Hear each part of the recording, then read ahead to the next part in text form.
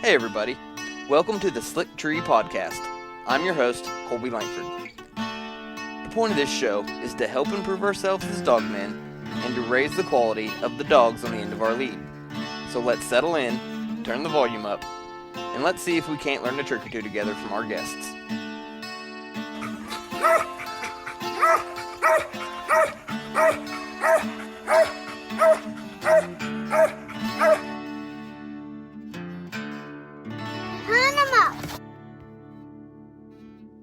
Hey everybody, you are listening to the Slick Tree Podcast. I'm your host, Colby Langford, and today I'm sitting here across this beautiful cedar table with Mike Rush. How you doing, buddy? I'm doing good. You, Colby? Oh, I'm happy. It's I'm in bear country. That's always fun.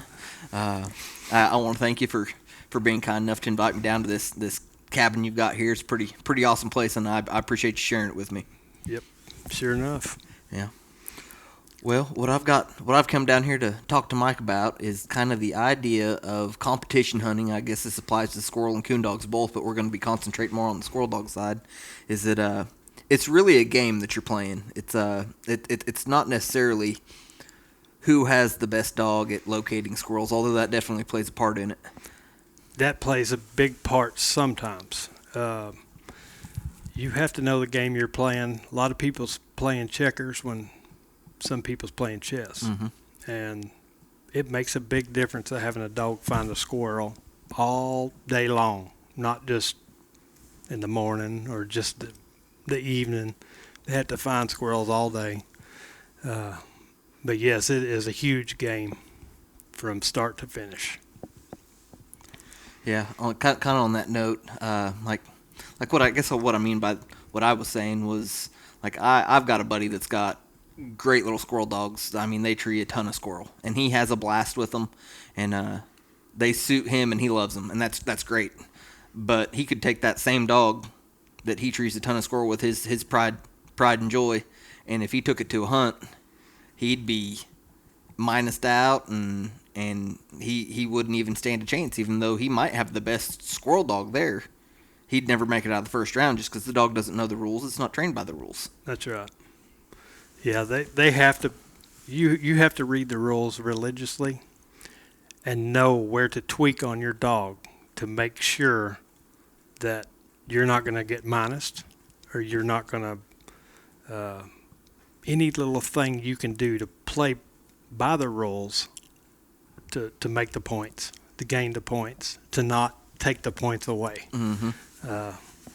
Staying treed, getting gone, getting treed first tree, not leaving, timbering or not to timber. Some people like timber.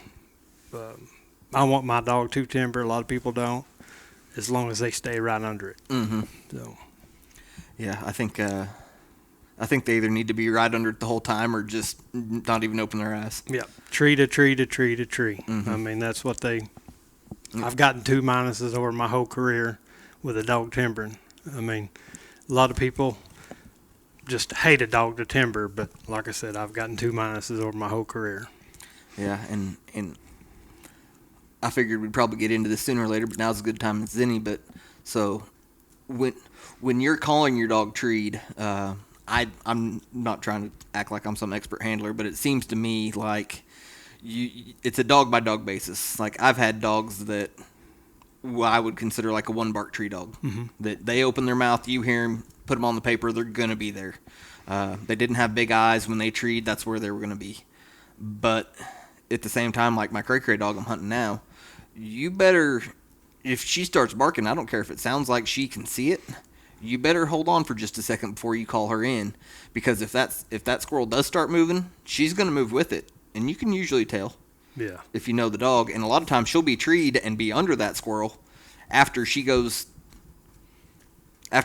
at 60 yards and that squirrel stops, feels like it's somewhere a little bit safer, she's still going to be under the squirrel. But calling her that a minute early, it's going to cost you if you're not careful. Well, if they move right or left-handed and you can hear it, well, that's different than moving a little deeper. Mm-hmm. Because everybody can hear when you move right or left-handed, a dog. So, for sure. Yeah. So, kind of on the idea of training one to the rules, I'm going to assume you like to start fresh, puppy, 100% from the beginning. I do, but that's not really what I'm best at. Well, let's hear about it. I'm best at polishing on one to get it ready for competition. That is what I feel like I'm best at. I know that everybody's seen me take puppies and go from here to there with it, but I feel like I'm best at polishing on a dog that's already treeing and then I'm getting ready for competition hunting. That's what I like to do. I hate puppies. I know that's going to probably make everybody scratch their head, but I absolutely hate puppies. They're frustrating for sure. It's if I can get a hold of the right one, well, they'll all make you look like a genius, and that's what we're all looking for as so-called dog trainers. I'm not so much of a trainer as I'm a breeder. I want one that comes out already doing all that, and then I can just put my voodoo on it or whatever you want to call it, and make it do what I want it to do. That's what I enjoy doing. I would rather hunt one and get it ready than I would have a litter and pick the right one out. That's just what I feel like I'm good at. So, what age are you usually getting dogs put in your hands? Or what, as young as you can, as long as they're going and doing it? Well, I mean, yeah, I would love to just take them that are already treeing, just slightly treeing. I'm very frustrated from puppy to that point. It's just not my favorite thing to do. But, yeah, I mean, 6 months old and they're doing their thing, yeah. I had one down here of Adam O'Donnell's recently. She's going to be making her way back to Michigan, but she's a very nice young dog. And he had just got her treeing. She's only been treeing for 3 months, and we put her in competition. I had her for about 3 months, and she is doing it. I mean, she's doing a really good job. But that's what I feel like. That's what I have fun doing is that. If I can get one from treeing, then I can usually take it the rest of the way. So, say, hypothetically, you get your hands on a 6-9 month old pup. It's treeing some, but maybe it's not just blowing out and hunting super wide. So what are you gonna do with that dog? Like, in what manner are you gonna hunt it? Because there's a lot of different ways to hunt a dog, especially a young dog.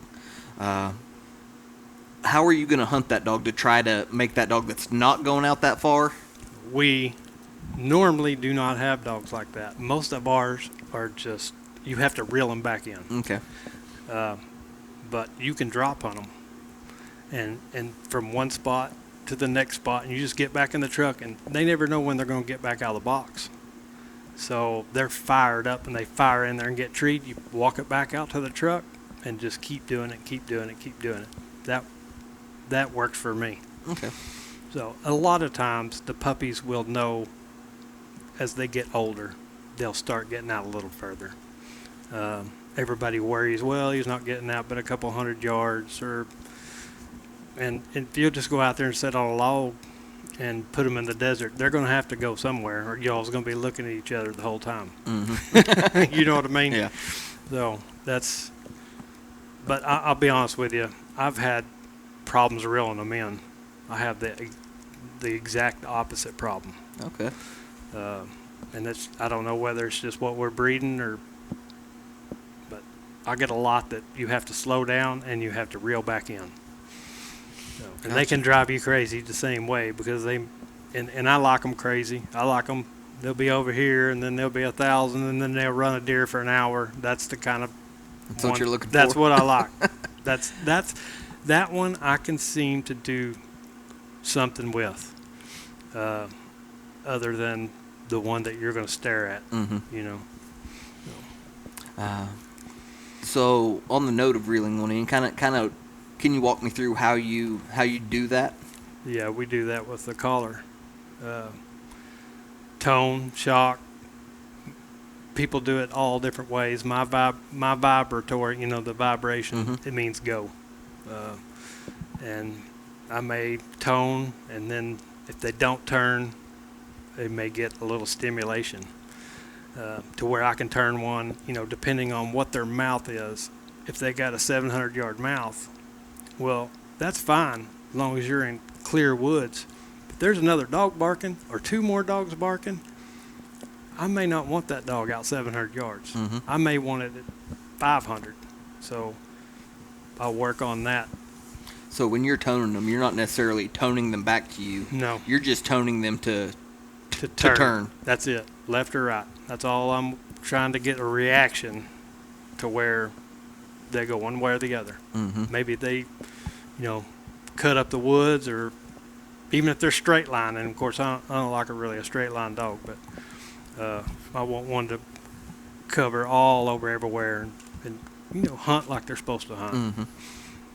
So on those young dogs, kind of along the ideas of which the way I understand it, most of you guys, you pretty much always hunt like you're in a cast type situation, Always. Even if it's just one dog. Always. You're going through the motions every time, each and every time. You're not dropping the dog box and letting them run out of the box off leash and just take off into the woods. They're being handled with a leash at the dog or at the truck. Yes. It's the same procedure every time. Every time.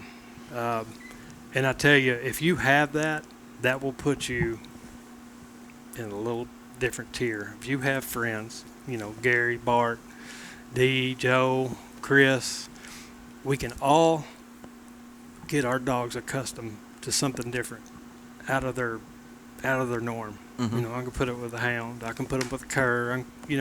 We all have different stuff. We all like different things, and I think that sets a dog apart.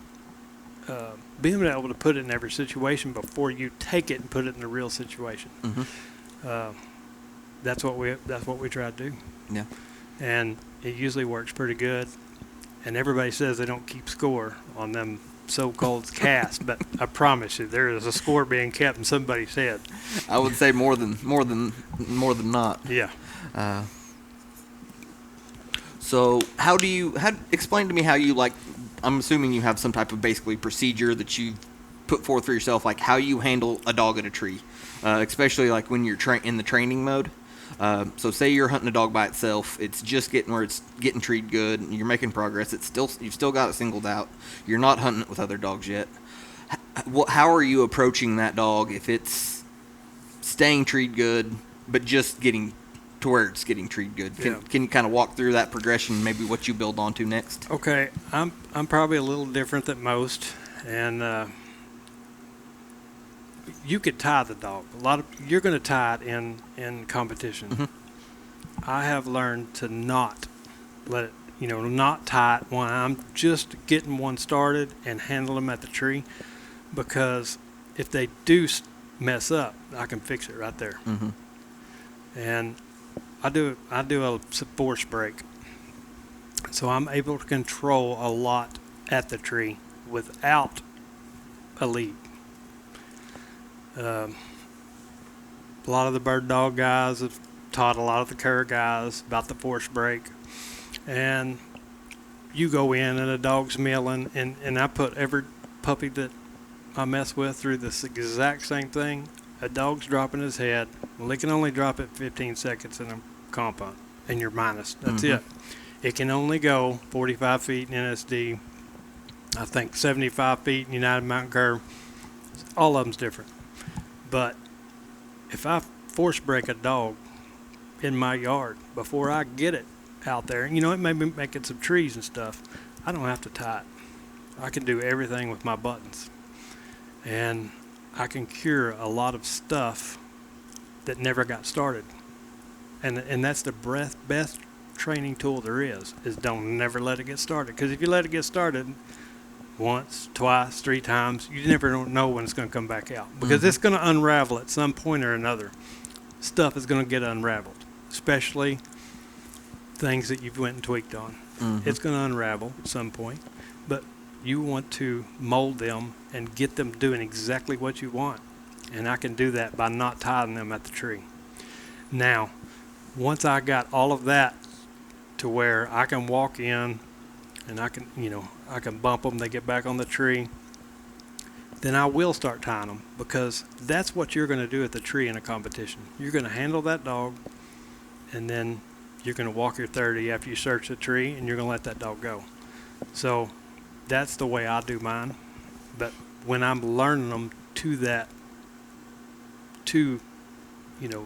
handle them, I'm letting them kind of getting by with a little stuff, or at least leaving them loose to where they can do it if they want, so I can fix it right there. Mm-hmm.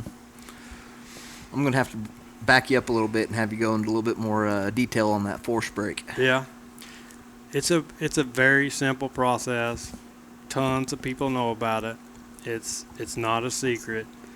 You do it at your house. It's not a big secret like everybody thinks there is. Everybody's scared to shock dogs on trees, but you don't do that first. You don't shock the dog.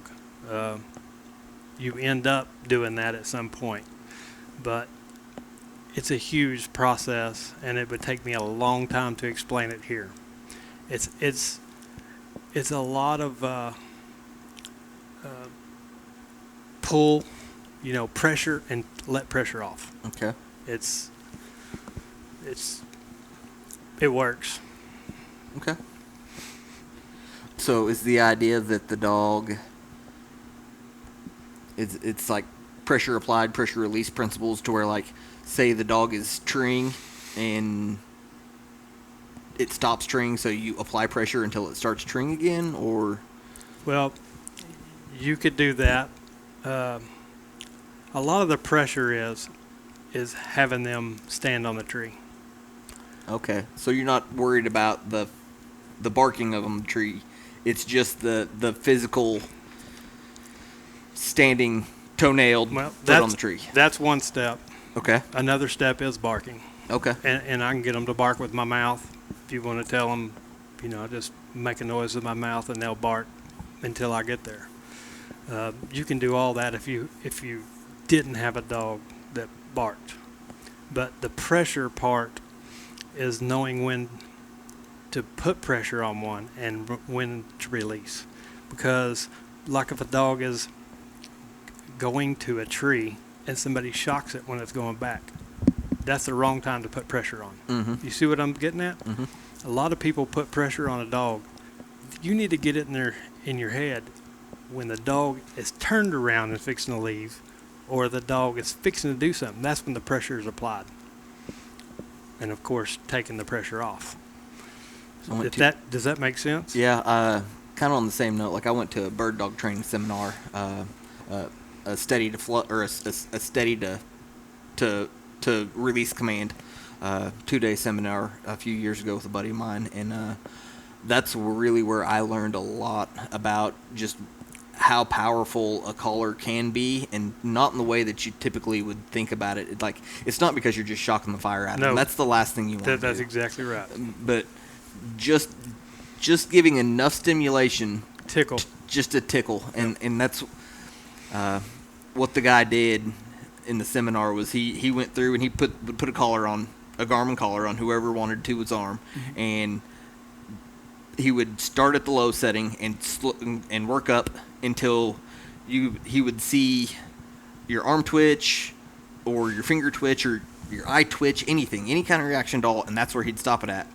Well, then he would do the exact same thing with the dog, and everybody brought their problem dogs, air quotes, problem dogs, that couldn't be handled, wouldn't not bust a bird, and in 30 minutes most of those dogs were pointing through birds breaking in front of their face until he tapped them on the head and released them. Yes. And it was as simple as the right stimulation at the right time. Yeah, pressure and release. Mm-hmm. And a lot of people get that backwards.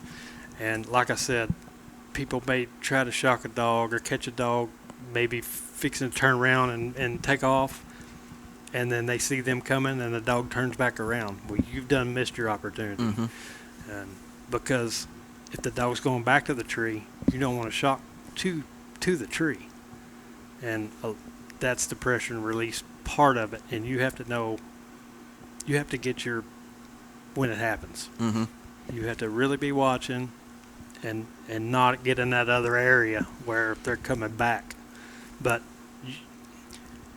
you can use that in every part of training. Now, that being said, I'm not saying that our stuff is man-made of any sort. Mm-hmm. Most of our stuff is natural, but they can't be perfect in everywhere, every situation. So you may want to do the force break to keep problems from arising. That's what I mean, there's a few that I've never done it to because they didn't need nothing. I mean, they just came out perfect. Mm-hmm. But I mean, no dog's perfect. Don't get me wrong. I'm not saying that we're always looking for the better one every time we have a litter. But it's definitely a tool that you can use to help you get to the competition level. Like you said, you know people that have dogs, or they may have the best squirrel dog there is, but it may put his nose down for 15 seconds. It may move. It's a minus. So whatever tool you can use to get to that competition level, whatever little, it's just a plus. It's just a tool in your tool bag. Yeah. And really, kind of on the back to the idea of to jump off of. I'm really enjoying talking about the training part, but to jump back to it's playing the game. It's like minuses are part of the game. Like it's not that people are cheating you because they're minusing you, but there's very clearly written rules. I think NSD has 28, 29 pages of very clearly written fine print rules. Yes. And they're very well defined, detailed, and they're rules for a reason. And if your dog doesn't play by them, the rules are you get minus. That's right. I feel like sometimes a lot of people feel like they get cheated when really they just don't quite understand the rules sometimes. Now, don't take me wrong. I'm sure there are a couple people out there that are a little snaky and take advantage of someone not knowing the rules very well and minus dogs that shouldn't be minused. But it really, either way you toss that coin, it comes back to you need to know the rules. That's right, because no one's going to minus somebody that knows the rules. Yeah. I mean, have your $20 in your pocket, and there's always a way to question and bring it to a panel, and there's ways to keep from getting cheated built into the rules if you know the rules. Yeah. I keep a set beside my commode, and that's my material. You've told me that before. That's the best way. I mean, that's my reading material, and I may not read them 5 minutes, may not read them 2 minutes, but I'll pick them up and read them, and that'll keep you out of a lot of trouble. Yeah. So, to jump back to the theoretical dog we were talking about. So now you've got him where he's staying treed good. You're not having to worry about him putting. Maybe you've got him force broke to where you can command him either verbally or with the collar to get back on the tree. Once you've got that part pretty well lined out, are you going to start hunting that dog in a different manner as far as the type of woods and the thickness of squirrels you're putting him in? I want to put a dog like that in squirrels. I'll tell everybody, building these dogs is like, you ever watch somebody build a brick wall? Mm-hmm. You put a brick in, you put another brick in, you put a little mortar. I just keep going until I have what I want. And I just have a process of, once I trust that dog, then that's when I'll start putting him with company.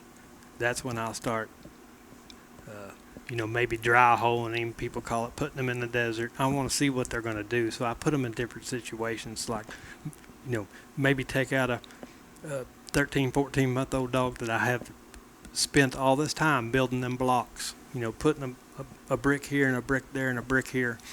And I put him through these paces, and I may put him in 15-degree weather and midday, to see, where he's at, and that's how I do it personally. I wouldn't want to keep one in the desert too long because I've seen a lot of dogs go to grubbing and doing this, but they got to do a little bit of grubbing for midday round. You But got to get on the card. they need to be able to switch when there's stuff moving. They need to tree that, and when there's not, it needs to be a switch to where they'll start, taking some chances or. On the idea of getting them on the paper, so I would think that you would want a dog to be comfortable with doing that away, because you go to these hunts and like most of the hunts these days are elimination hunts. Yes. So you're going to have your morning round. You're going to go out typically when there's pretty good squirrel movement, and you're going to more than likely have a chance at treeing a squirrel, an easy squirrel that's been on the ground. As the day goes on, that second round or that third round, and especially some of these hunts, you might be out at 1 o'clock in the afternoon on an 80-degree day, and squirrels might not have been moving for hours. That's right. And your dog has got to go get treed somewhere, and I'm usually hoping for they're getting treed on a viney leafy nest. Everybody, if I could just get one to do that, everywhere. Anytime they see a vine or a leafy nest leading up to the nest, if you could just get one to tree on that, I'd be satisfied. but that don't happen very often. I work with my pups. A lot of people, and this is going to tell you how I do my pups here. A lot of them that you said, like your dog, maybe not get treed a lot, or you might want to wait a minute or something to tree them. A lot of these pups, they'll go in and mud hole is what I call it. They'll just waller and waller and waller and waller. And this will help a lot of dogs in the midday, and a lot of dogs just don't. Some dogs will waller and some won't. Some will do it more than others. My vibrate means go. And I train my dogs I go in and I yell and scream and I push them out of them mud holes, and I'll hold that vibrate down. And I'll get it to where I can take me away, that all I have to do is vibrate and then go on. Or they'll go ahead and grab the tree. That's been a huge training tool for me in these competitions, because you can only waller for 3 minutes and you're minus. That's it. I mean, a dog can bark around and waller and they're minus after 3 minutes. So I had to figure out a way to keep the curs in the game during the day, during the midday. Maybe a thunderstorm come in, maybe all squirrel movement is gone. I don't care what you did the first round. You have to get through the midday to get to the third round or the fourth round or whatever. So these dogs that would waller around that wouldn't make a lot of trees, I'd either go in there and make them or they'd push on. And I did that by going in, throwing crap at them, just holding my vibrate down. So you're going in. Do you think it's important on the timing as far as, like, are you starting out with a vibrate when you get close enough to where you're almost to the point where you're going to be yelling at them, I do it kicking first. them along? I do it first. Vibrate them first. Then you're verbally trying to holler them off. Yep.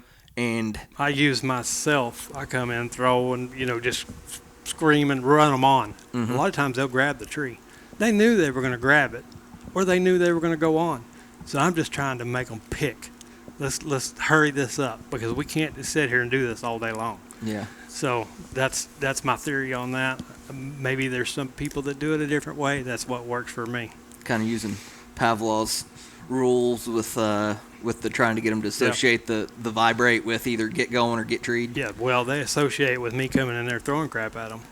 I guess what I'm getting at with the Pavlov is, I think if I'm remembering right, he trained his dogs. He'd ring a bell, feed the dogs. Well, it got to where he'd ring the bell and they'd start salivating because they knew they were about to get fed. Yeah. So it's the same thing. It's just vibrate. Well, Mike's about to come yell at me. Yep. I better do something one way or the other. Yep. And so eventually you can back yourself out of the coming in and running them off, because they know that, hey, I'm getting vibrated.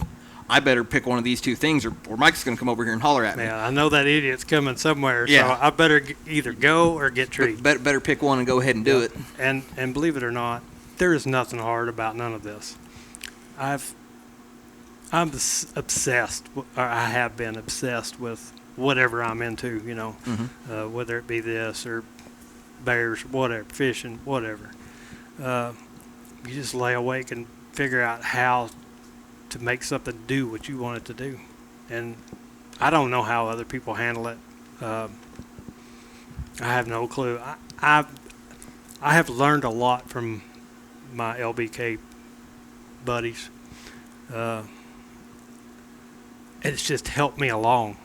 But I was never taught by no one, so I always thought outside the box. Mm-hmm. And I think that helped me get to where I am as far as getting things to do what I want, and plus what my what they've showed me, because there's a lot of them guys that are very knowledgeable. It helped a lot Mm-hmm. with LBK and Adam O'Donnell the same way. They handle things a little different than we do, but it's still something you can put in your toolbox. It's another tool, another person to talk to see how they handle stuff. It's no right way or wrong way. I mean, it's just what works. Mm-hmm. However you can get it to work. I've seen things that don't work on this dog, and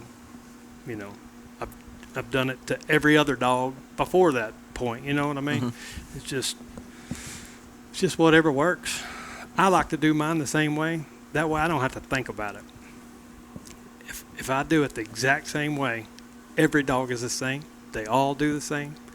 And a lot of times that's why you'll see me stick with the curs, because a lot of times I know what they're going to do before they do it. Mm-hmm. It's just easier for me.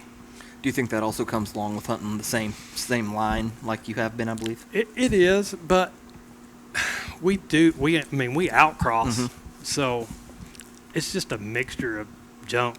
I mean, if that's what you want to call it. I mean, it really is.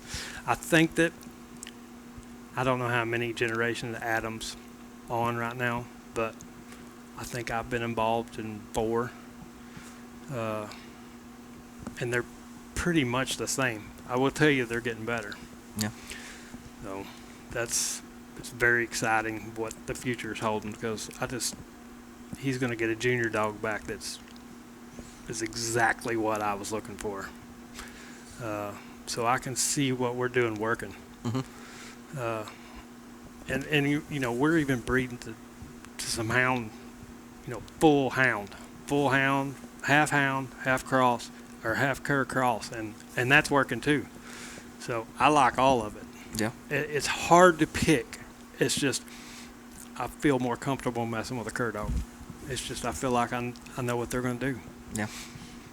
When you're getting a dog ready for hunt, are you one of the people that there seems to be a couple different theories on some guys I talk to when they're getting a dog ready, it's as many miles as you can put on them, as much hunt them 7 days a week, 5 hours a day if you can.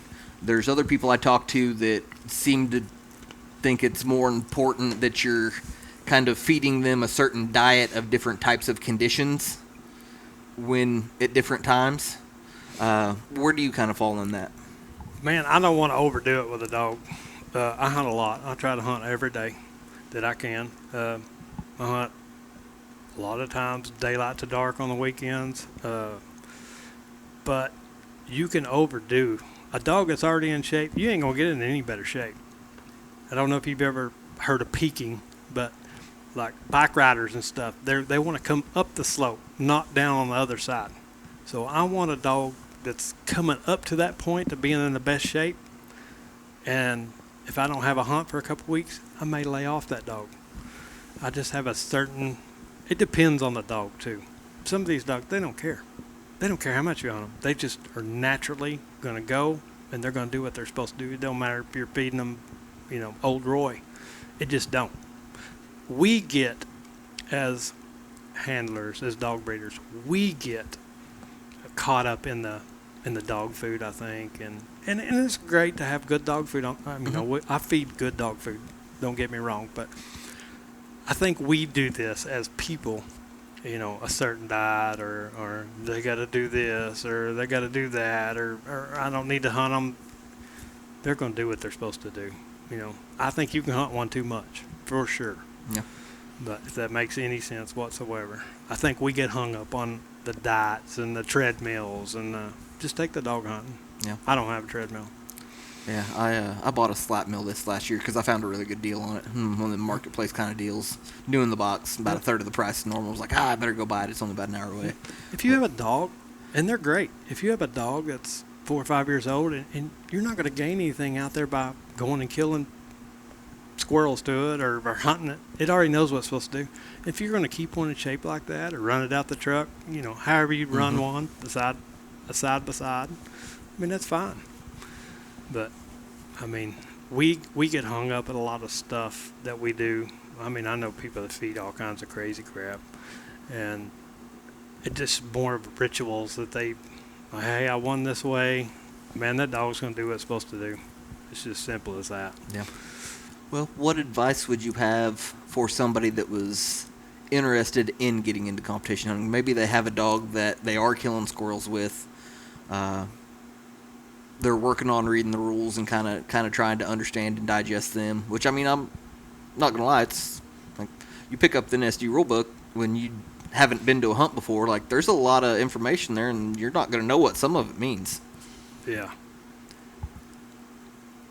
Man, you have to get them dogs that do an exact. I would work on, if I didn't know anything about it, I would go to a competition hunt first. Mm-hmm. I would see how people are handling dogs. I want to know how long my dog's got to stay treed. And then I'm going home and I'm practicing every bit of that because that's how I did it. I walked behind Gary Mitchell all day long. He was hunting Lost Bottoms Grace, and this was like probably 2017, 18. She had just won a world title.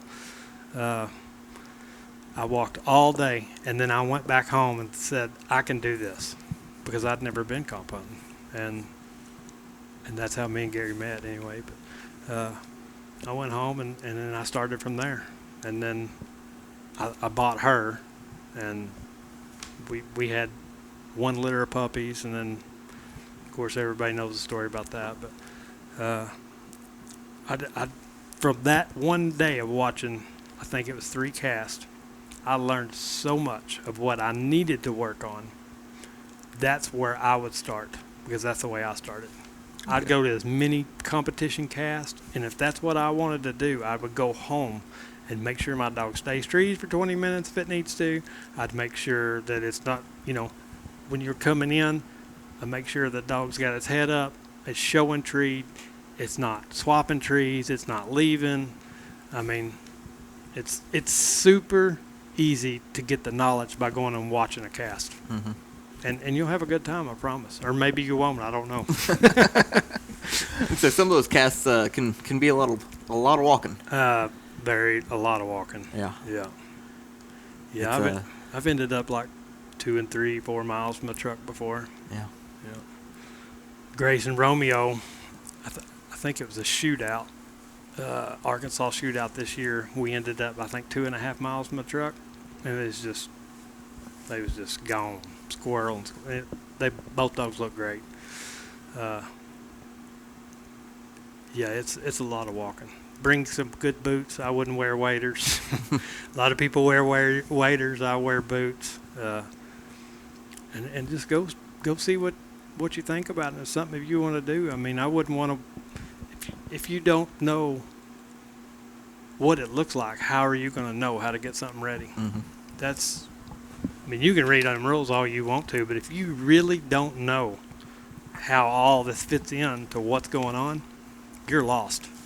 I feel like a lot of times, which I try to read the rules like before every hunt, and a lot of times I'll reread sections after, and they read different whenever you're applying them to a situation that you just saw, mm-hmm. and it helps it make more sense because you'll think you have a pretty good handle on them. And then you get in a situation you're like, oh, well, what way was that worded exactly? Because it's worded very exactly to mm-hmm. handle those situations. No gray areas. But you have to, you got to know them like a lawyer. That's right. Is really what it boils down to. And the only way you're really going to learn is by going and not knowing a rule and having to go back and study it and apply it exactly how it was. Yeah. There are still things to this day that I'm learning. I mean, And I guess if you quit learning, I guess you're dead. But I still have to come back and figure out how something went and how we could have did it differently. Something didn't go exactly the way it's written, and it can be confusing. Mm-hmm. I was on a cast this year in the Arkansas State hunt. Me, Bart Williams, and Chris Squirrel, we were both confused. Something popped up, and none of us knew how to handle it. And it took it took a little while for us to figure out, probably 5 minutes to figure out what we was supposed to do. Yeah. And we've all been doing this for a long time. Mm-hmm. It just happens. I mean, things come up and you don't know how to handle them, and if they don't come up, you don't ever know how to handle them. Yeah. So now I know how to handle that situation, and they all do too. But it can be very confusing. So normally, it's pretty typical that we kind of start this whole conversation in the podcast with, "Well, how did you get started hunting?" And you kind of alluded to that a minute ago with meeting Gary. But like, what brought you? Like sitting in this cabin, I can look around and like we walked around before we started the interview, and like you guys have family pictures of bears, and it's not just you and your son, but it's you and brothers and cousins and Yep. and it's a whole family. So it's obvious to me sitting here where I'm at that you were obviously raised in the outdoors. Yes. But how did you come to dogs and squirrel dogs? My dad he worked at a grocery store. He was a manager, and a feller brought a dog. He always had it riding with him, and he told my dad, "That was a squirrel dog. You ought to take this and let your kids hunt it." So we would take this dog on the weekends and go squirrel hunting. Just a loan program. Yes. Give him back on Monday. Yes.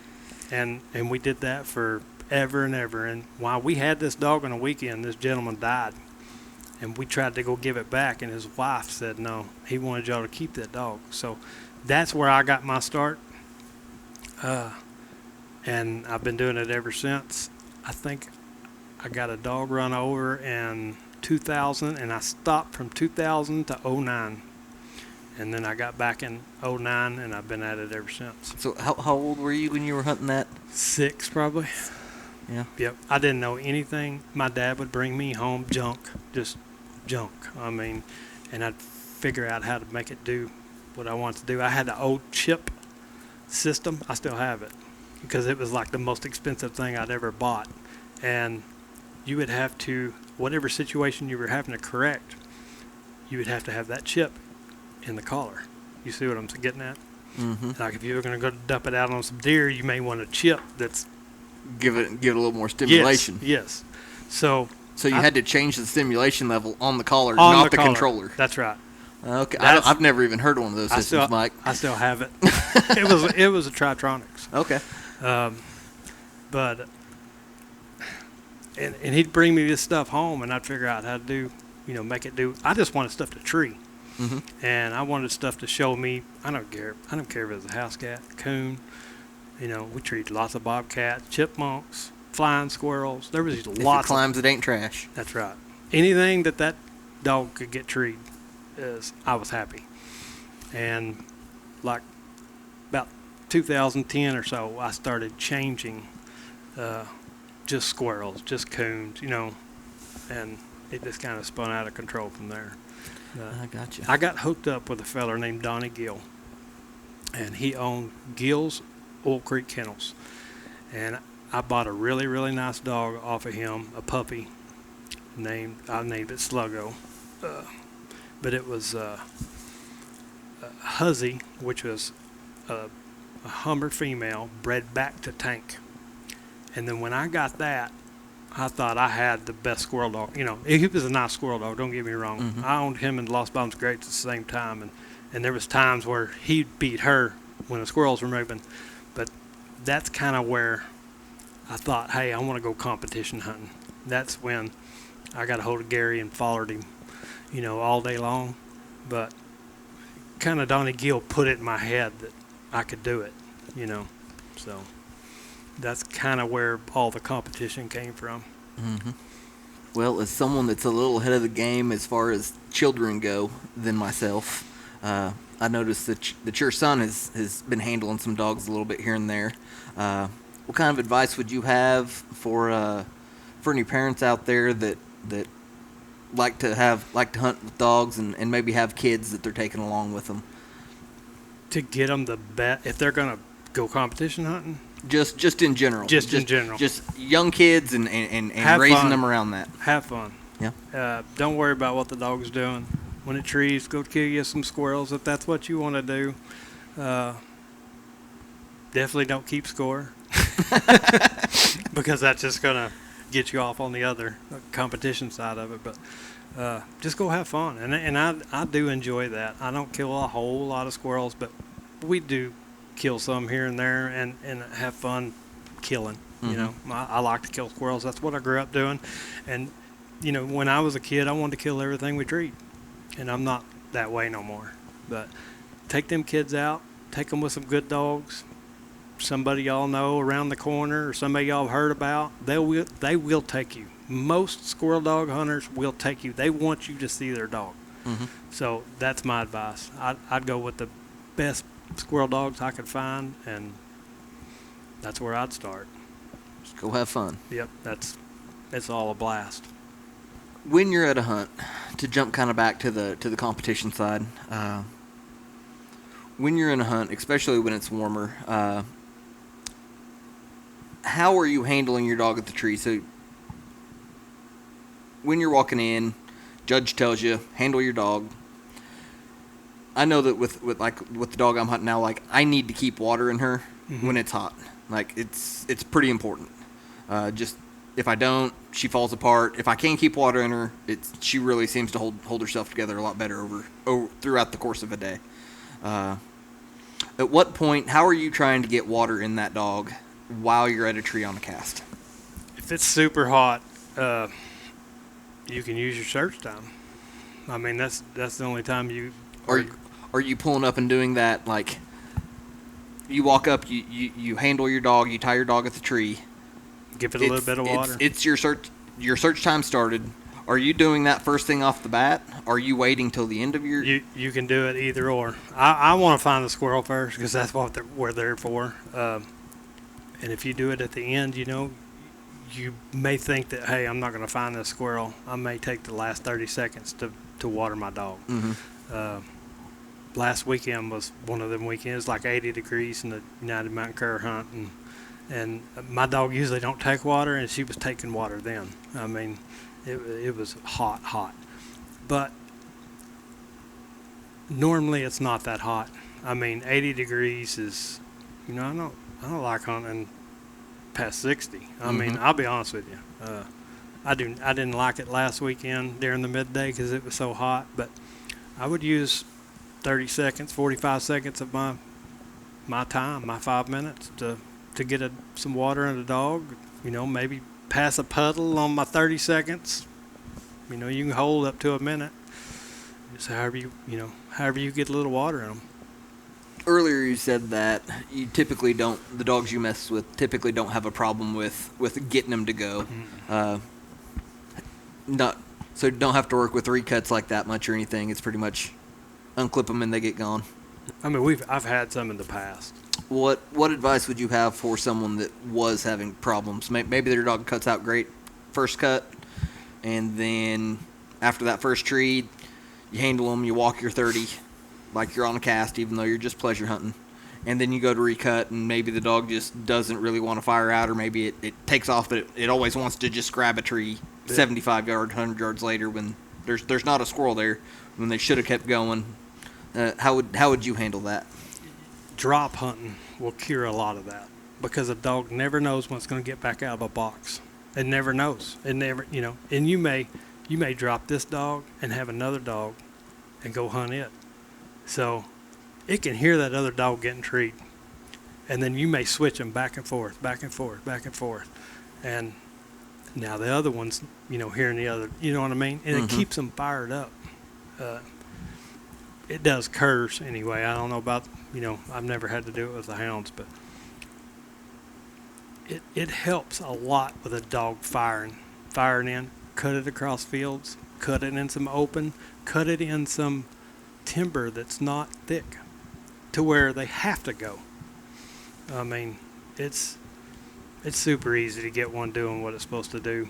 But that drop hunting, you take it here, you drop it, walk it back to the truck, take it a mile down the road, drop another dog, and then they'll be ready. I guarantee you. When you get that other dog that's been listening to another dog treat, when you get it out, it's going to be ready. And then you, just like I said, you build them bricks in that wall. You may want to start cutting them in some real open woods, and then cutting them across fields. They'll start going. Mm-hmm. Well, have we missed anything you'd like to talk about? I don't know. I'll tell you another part of that question you asked. Getting like a puppy to go. Mm-hmm. I have a hard time with that. It seems like I'm not sure what I do wrong, but I have a lot of trouble with, like, I'll get a pup. A lot of times we'll bring it in the house and we'll socialize it and we'll play with it some here and there, and then I'll let it run loose for a while outside, and it'll get to a point where it's either wanting to follow us out the driveway every time, so I've got to kennel it. Mm-hmm. If I can't break them with that, or they're dragging trash out too much, kind of deal, knocking trash cans over to where it's got to get kenneled some. But I feel like by the time I mess with them for a few months, it feels like they're just constantly, and I'm not toning them back to me. I'm not recalling, like I make it a point to not recall them back to me, but it's like they just keep sucking themselves in and tighter. That's because you're the leader, and they've gotten used to. A lot of people, they'll take these dogs out, and they don't know they're moving. You know, a lot of people don't just go out there and sit on logs. They're trying to move these dogs. It's easier just to go sit out on a log and let them go. You don't want to see you moving, because they're going to get to where they're not moving until you're moving. And so lots of people do that. You're leading them out. You're just leading them till you see a nice setting log, and you're unclipping them there and flopping down. If I had a problem with it, and I socialize my pups, but I don't play with them like a lot of people do. Mm-hmm. And I know that's probably completely backwards from a lot of, and I don't know if that has something to do with it or not, but I feel like when the dog is ready, you know, I go out and feed it and mess with it or whatever, but I don't really play with it. Mm-hmm. You know, I don't let it out until it is ready to start treeing, and then that's when I start. And I just don't have them problems.